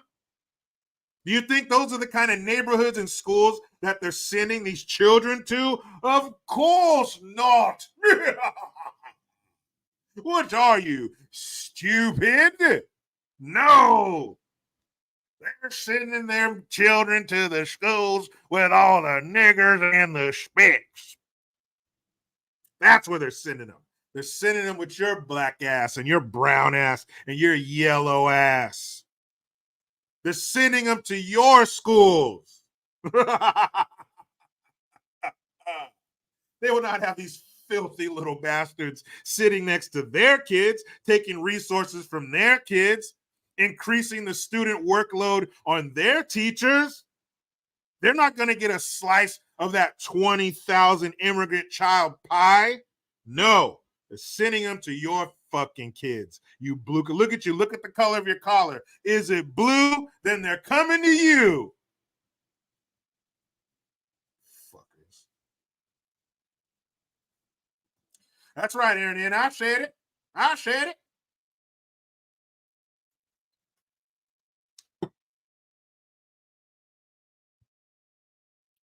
They are going to be sitting next to your kids. They're going to be overworking the teachers in your kids' school, giving those teachers another 5 to 10 kids in their classroom when they can barely handle your little asses. Yeah, that's exactly where they're sending them. So they'll put them in nice hotels, but they won't send them to the nice schools in the nice neighborhoods. Got it. We are welcoming all these new migrant students into our schools with open arms, Banks said Thursday during a first day of school ceremony at a Bronx public school. The Bronx. Not Manhattan, not Soho. The Bronx. We know it's a larger political issue and the mayor and others have to deal with. But when they show up in our schools, they're going to get the best we have. Even if we have to take a little bit of that from your American children, they're going to get their pie. They're going to get their slice. For the past 2 months, his family has been living in a room at Manhattan's historic Roosevelt Hotel. Who are they still talking about? Little 5-year-old Damien? Yep. That's encouraging news for Karchipula and her son. In his calmer moments as he headed off to school, Damien worried whether he'd be able to understand his teacher or easily make friends. You know how to avoid that? You know how to avoid the anxiety that little boy is experiencing? Send his ass back home with his mama with teachers, languages, and friends he already knows. For the past 2 months, his family has been living in a room at Manhattan's historic Roosevelt Hotel. Really?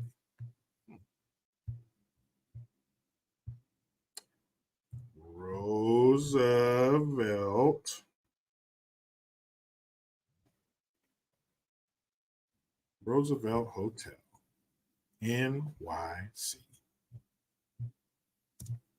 City. There it is. Website.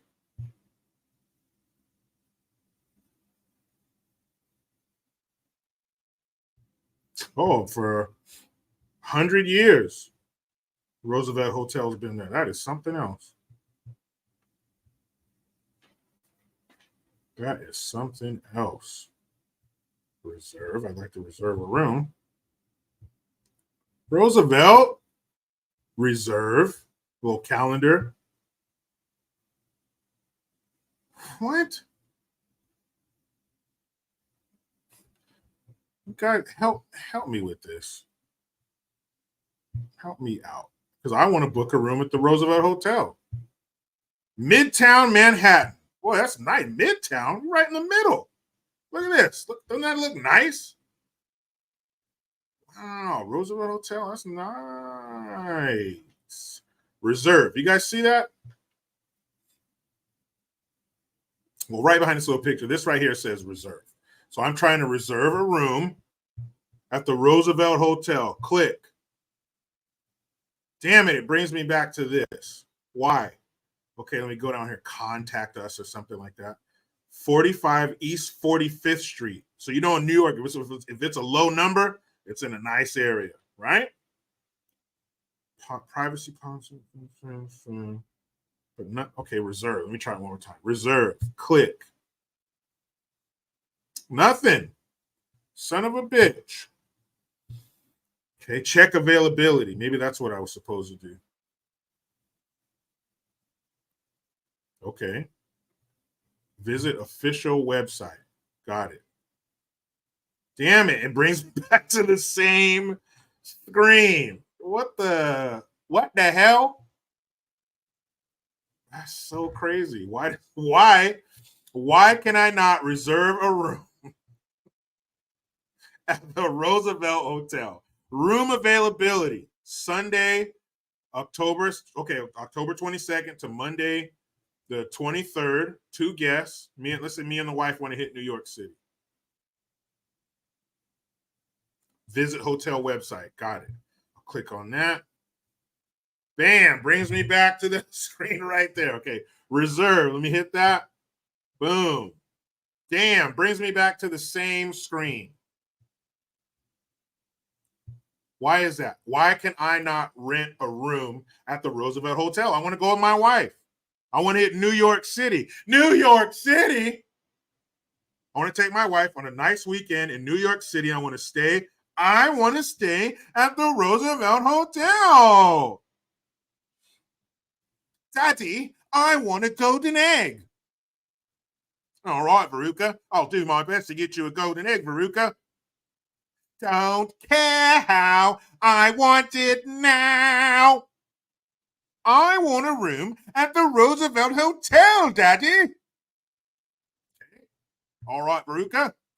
I'll do what I can right here. I'll go on the website. Here we go, Veruca. And reserve. Daddy? All right, I'm sorry, Veruca. I'll get right back here on the page and hit reserve. There you go, Veruca. Damn it. Let's see what it says. We thank you all for letting us be part of the very best of New York for the last 100 years. We leave you with this thought from the man who inspired our existence. Far better it is to dare mighty things, to win glorious triumphs, even though checkered by the failure, than to take rank with those poor spirits who neither enjoy much nor suffer much. Tell him, Teddy. Theodore Roosevelt. Reserve. go. Well, if I could, I would look up the price of a room at the Roosevelt Hotel, but I can't. The website's not working. And that's a nice hotel, and that's a lot of rooms. So you got a really nice hotel. It's a staple. It's a fixture in the New York landscape.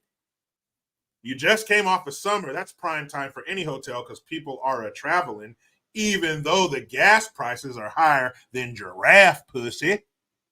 I paid $5.65 the other day for 1 gallon. And you're in Midtown. You're right there in the heart of everything. How much money do you think the Roosevelt Hotel is losing every day by renting these rooms to asylum seekers via the city? Because you know when some kind of government entity, mayor, the city, the state, the federal government, when they owe you money, shit, they put that money on the back of a turtle. Here you go, little turtle. Here's the address you need to get to. You. Here comes your money. So they're not getting paid quickly, but they're chock full of illegals. And somebody who wants to go there, you can't. You can't get a room. Sorry. But little Damien and his mom, Tagusi Galpa, whatever her name is, she gets a room 2 months. Damn, how much you think it costs to stay at the Roosevelt Hotel for 2 months? What are you, a rock star?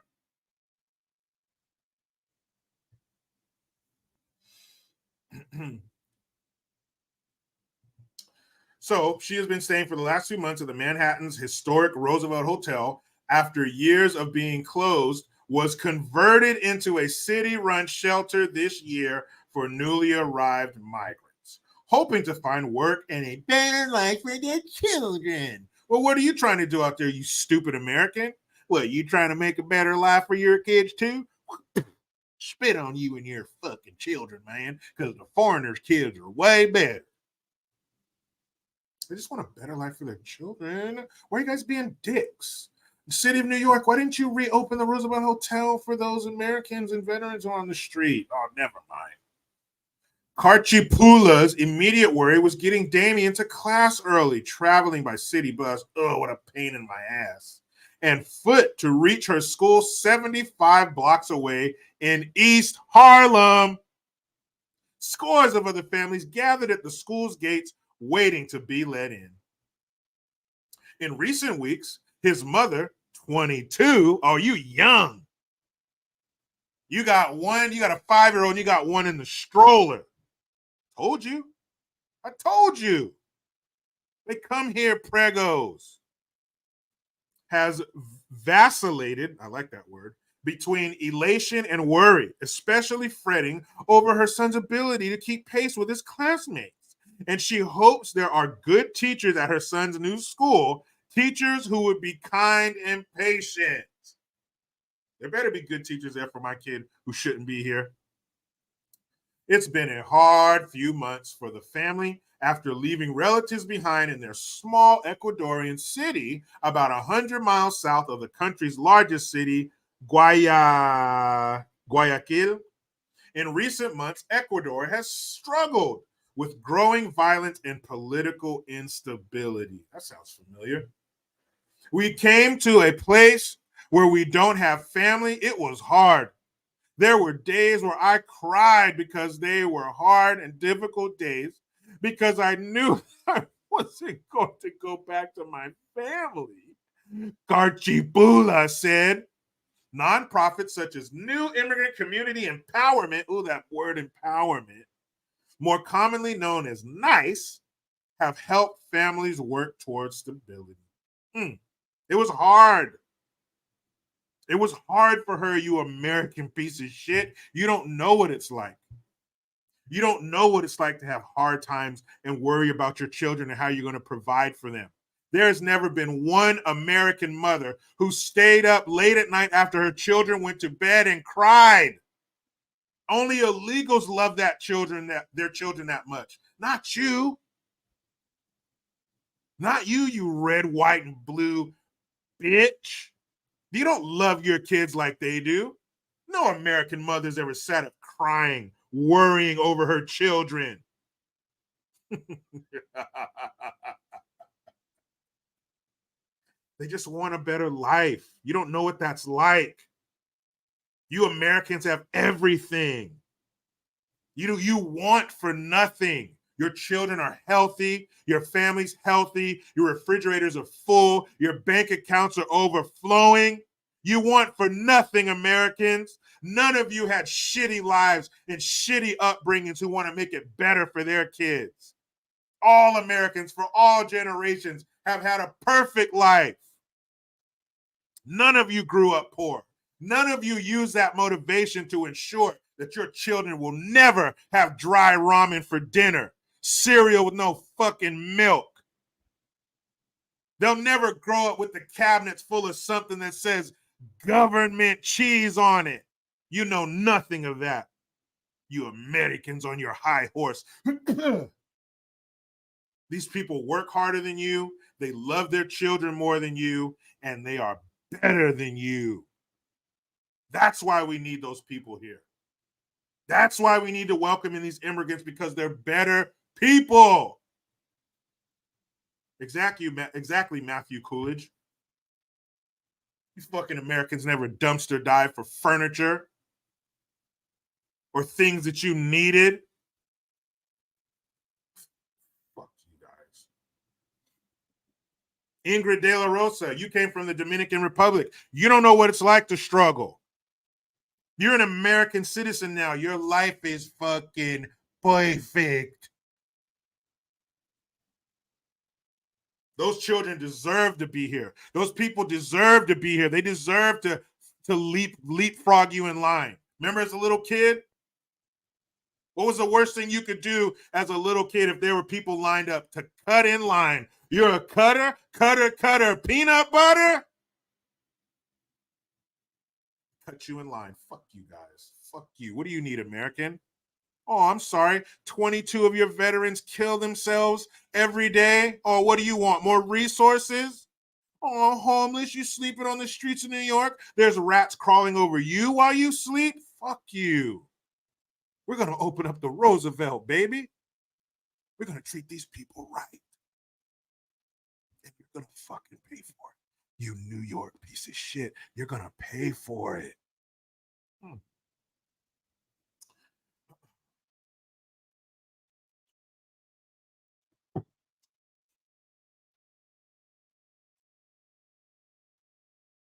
Wow, Gloria, way to come in. Came in hot, huh?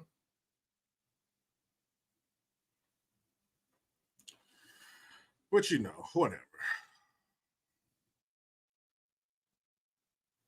The Americans don't struggle.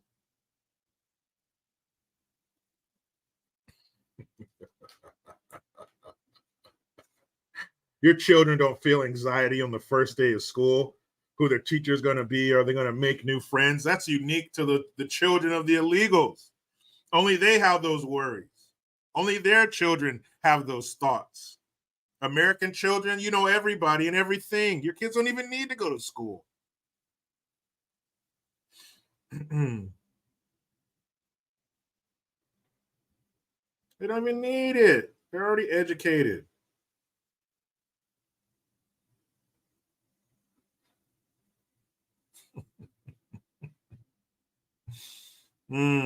Michael Stevens, I'm 70.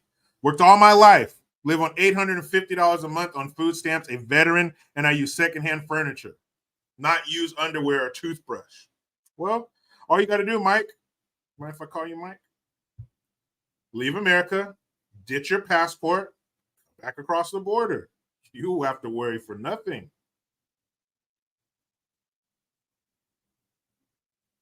You will want for nothing.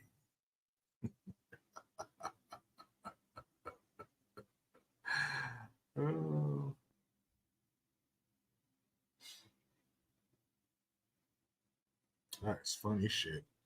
They're the only ones that struggle. Americans don't know struggle.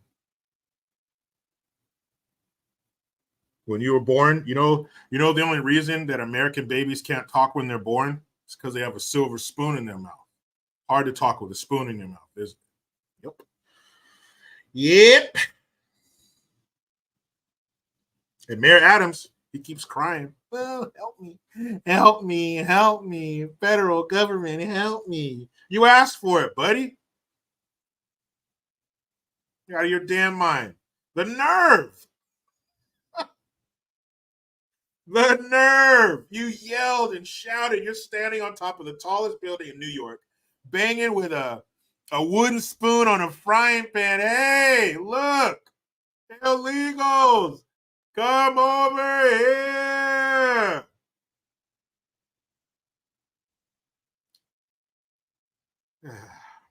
Here they come. You could see them. You can see the dust from their feet.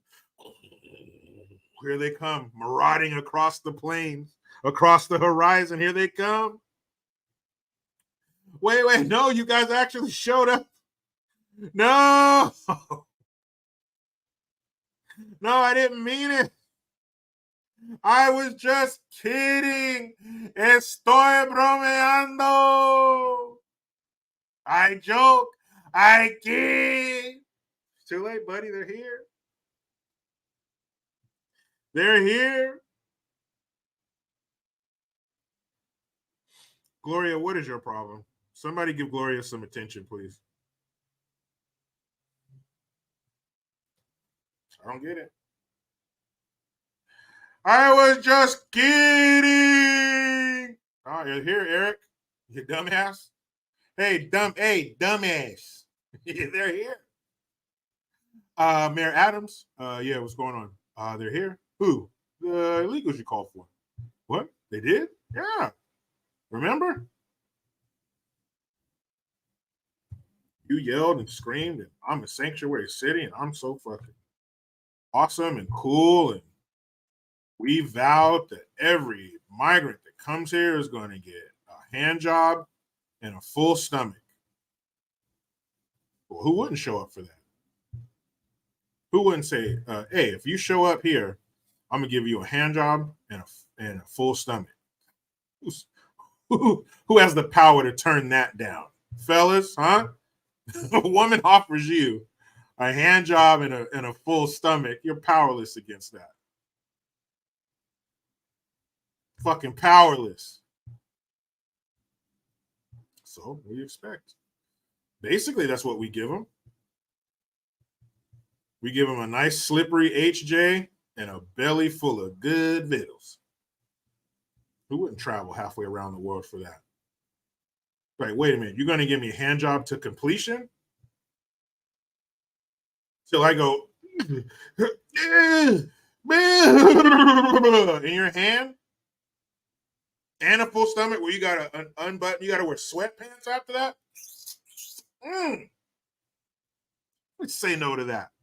Fellas, let your wife or your girlfriend text you right now. If you're home by 6 o'clock, I'm going to give you a nice, slippery, warm hand job and a full stomach. And here's what you're going to hear. Tires spinning, smoking, trying to get home by 6 p.m. so you can get that and a full stomach. That's what he offered them. They showed up for it. Better get your hand ready.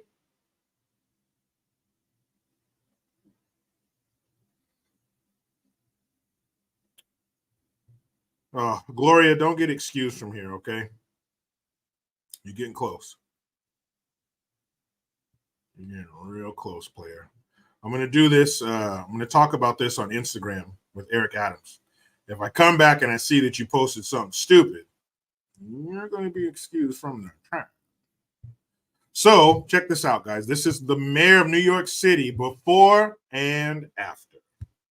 As the mayor of the city of New York, I don't, weigh into immigration issues, border issues. I have to provide services for families that are here, and that's what we're going to do. And that's what our responsibility as a responsibility. City. I'm proud that this is a right to shelter state, and we're going to continue to do that. This issue will destroy New York City. Destroy New York City. We're getting 10,000 migrants a month. One time we were just in Venezuela. Now we're in Ecuador. Now we're getting Russian speaking coming through Mexico. Now we're getting Western Africa. Now we're getting people from all over the globe have made their minds up that they're going to come through the southern part of the border and come into New York City.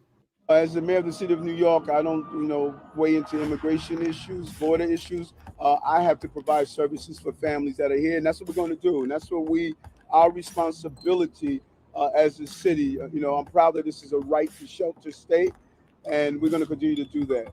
This issue will destroy New York City.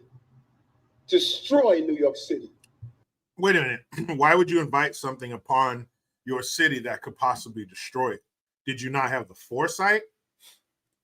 Did you think that it was just going to be just a little trickle of Venezuelans coming there? Or did you not think that word might get out that New York fucking city is allowing everybody and their mama to come there? You didn't think a bunch of people from around the world in shitty countries wouldn't want to come to New York? After you stated that this is a right to shelter. When you get here, you have a right to be sheltered. We must shelter you. You and your other 500-600 20-something-year-old men, we must shelter you because it's your right to shelter. Do Americans have a right to shelter? I'm not saying we should. Housing is not a right. Pursuit of happiness, equal opportunity, that kind of shit. All the stuff that they wrote in that, what is it, the Constipation or something? It's that set of documents that they fucking hate. Right to shelter. Go on, dummy. We're getting 10,000 migrants a month. One time we were just in Venezuela.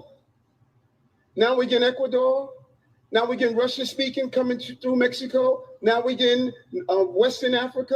Now we're getting people from all over the globe have made their minds up that they're going to come through the southern part of the border and come into New York City. As the mayor of the Why wouldn't they, you idiot? Why wouldn't they? All right, Gloria. Well, you stuck around as long as you could. But this ban is forever. So I'll see you later, buddy. All right. No more Gloria. Anyway, what did you think would happen, you jackass? You thought nobody's listening to the mayor of New York City, you idiot. It's real quick, guys, and we'll get out of here. I'll let you go. I just want to do a little geography. You guys want to take a trip with me around the world? Around the world, around the world. Boy, 90s had some shit, didn't it? Okay, let's see. All right, here we go. A little geography, okay? Just real quick.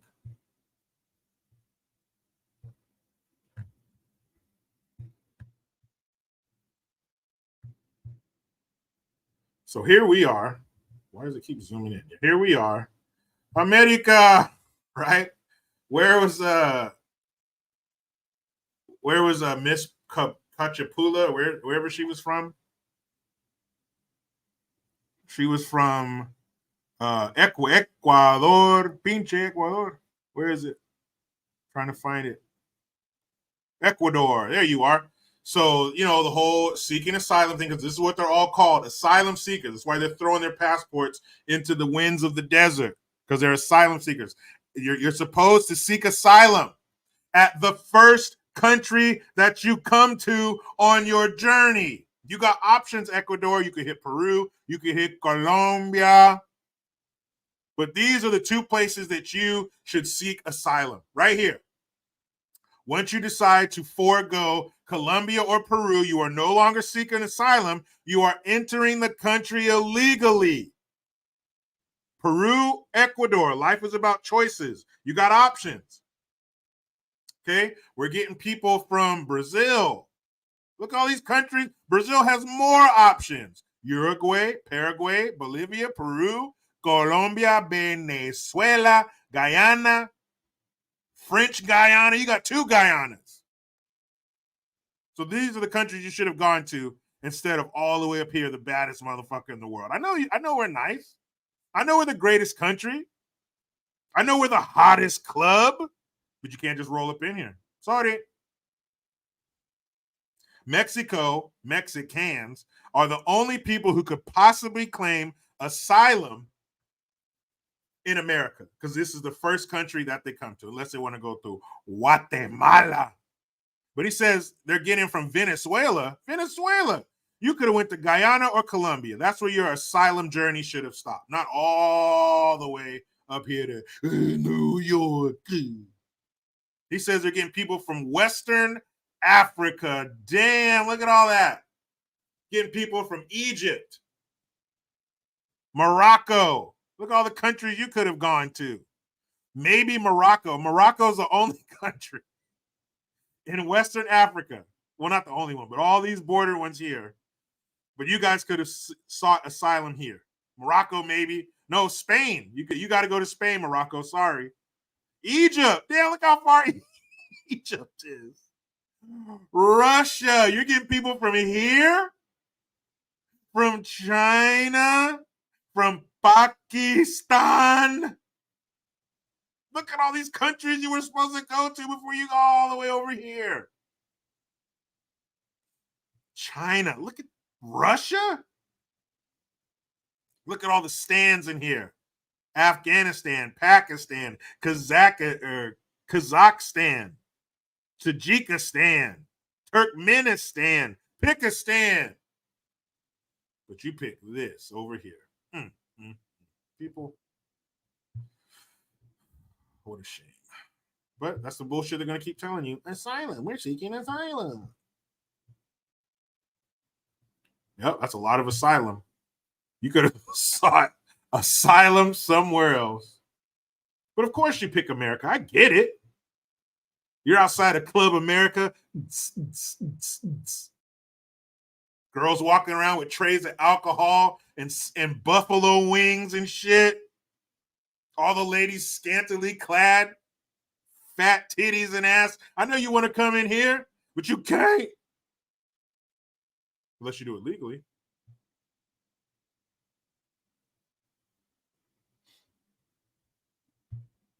Good point, Matthew. The thing I think people who say we need to give them asylum forgot when they go on vacation to another country, they have to show paperwork to go. You can go and hope for the best. Yeah, if you go to another country, let's say you want to get a work visa in another country. Man, they stick their hand so far up your ass that the light from their flashlight comes out of your nostrils. You want a what here? You're going to spend a lengthy amount of time in our country? What are you doing here? What are you bringing to it? What are you adding to our country? And most importantly, when are you leaving? That's probably the most important question.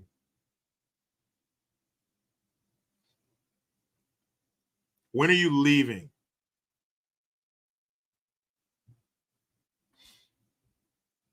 Because you come here, do your thing, and get out.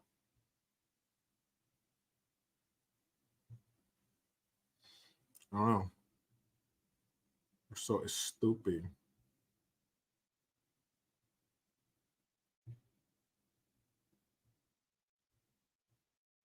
I don't get it. Eugene government audits. What is your issue with moderators? Justin, who's worse, Eric Adams or that idiot in Chicago? It's a toss-up, man. That's a photo finish right there. We got to bring technology into this. See who's worse. That is a photo finish. DJ John T, thank you. I'm gonna handle these super chats before we get up out of here.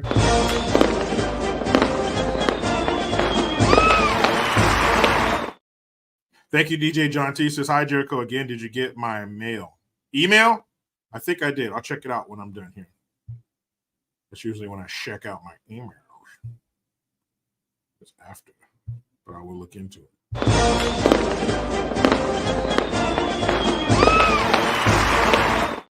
Mr. Comic 2009, thank you. He says, wait till the LGBTQ mafia gets a hold of those kids. Oh, no. They think they're going to come up here with their religious beliefs and they're going to fight the system. But no, all of that free stuff comes with attachments.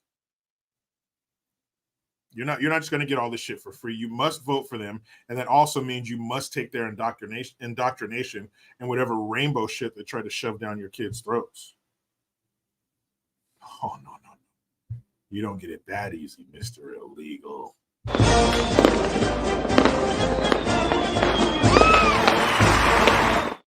DJ John T, thanks again. He says, where's your mask, Jericho? Are you playing now? You won't see me wearing one of those fucking things. No. You got me last time, you shitheads. Not this time. It's going to be different for sure.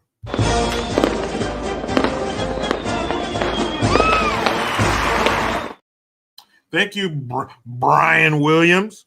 This is just trying to help another Californian. Yours truly from Brentwood in the Bay.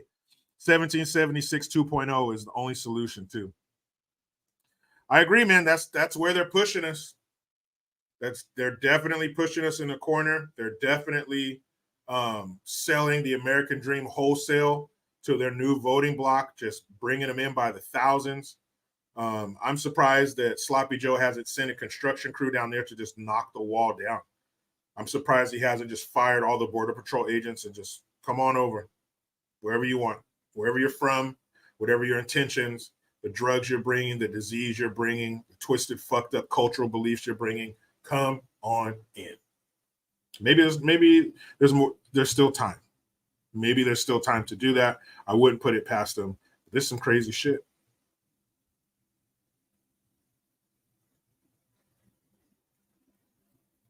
All right, we'll see you later too, Eugene. People just don't learn, man. Don't come up in here acting stupid. There's so many. The way I see it is, when it comes to like people trolling and doing stupid shit like that, there's so many things in life that you can't control. You know, if life wants to throw something negative at you, it will. But anything I can control, any level of negativity that I can control, I'm going to. I'm not taking. If you want to come in here and you have something legitimate, like a legitimate disagreement, and if you present that in a respectful manner, we can talk about it. And I would welcome you here. But you're going to come in here saying stupid ass shit, just being fucking dumb and repeating it over and over again, taking up space that someone could put a good comment in its place. I don't deal with that bullshit. I don't deal with it. So disagree if you want. All you want. And fucking make all the great points you want. Aaron M's a good example. He doesn't agree with everything I say. He's not a huge Trump fan of Trump, but it's all in how we interact with each other, and it's all in how you say shit. And if you want to just come in being stupid, man, I'll block you so fucking quick.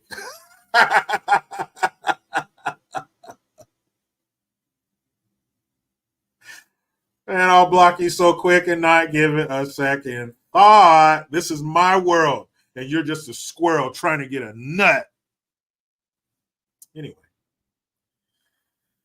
good hanging out with you guys. What a great live this was. I'll be doing some videos. I want to do a video about the founder, not one of the co-founders of Proud Boys, was sentenced to 22 years for whatever involvement he had in July 6th. And from what I've read, he wasn't even there. So that's just stupid. But that's a message to us. It's not, they don't care about punishing him or rehabilitating him or teaching him a lesson. It's all about teaching us a lesson through him. So yeah, thank you guys. Appreciate you being here. I hope you have a good weekend. I hope your weekend is long and drawn out. It's the longest weekend you've ever had. And I appreciate you guys being here. Your questions, your comments, your presence, your generosity, all that shit. Thank you for being here. Appreciate you. You were great. I was great. So that means that we were great. You know how it goes. I try to be done with the left, but they just won't let me. Please subscribe. Hit that notification bell because every time it rings, a piece of shit lefty cries. Utilize the Linktree link. Get your ass over to JerichoGreen.net. Make sure you hit the Teespring link to get your merch. I am Jericho Green. Man, out.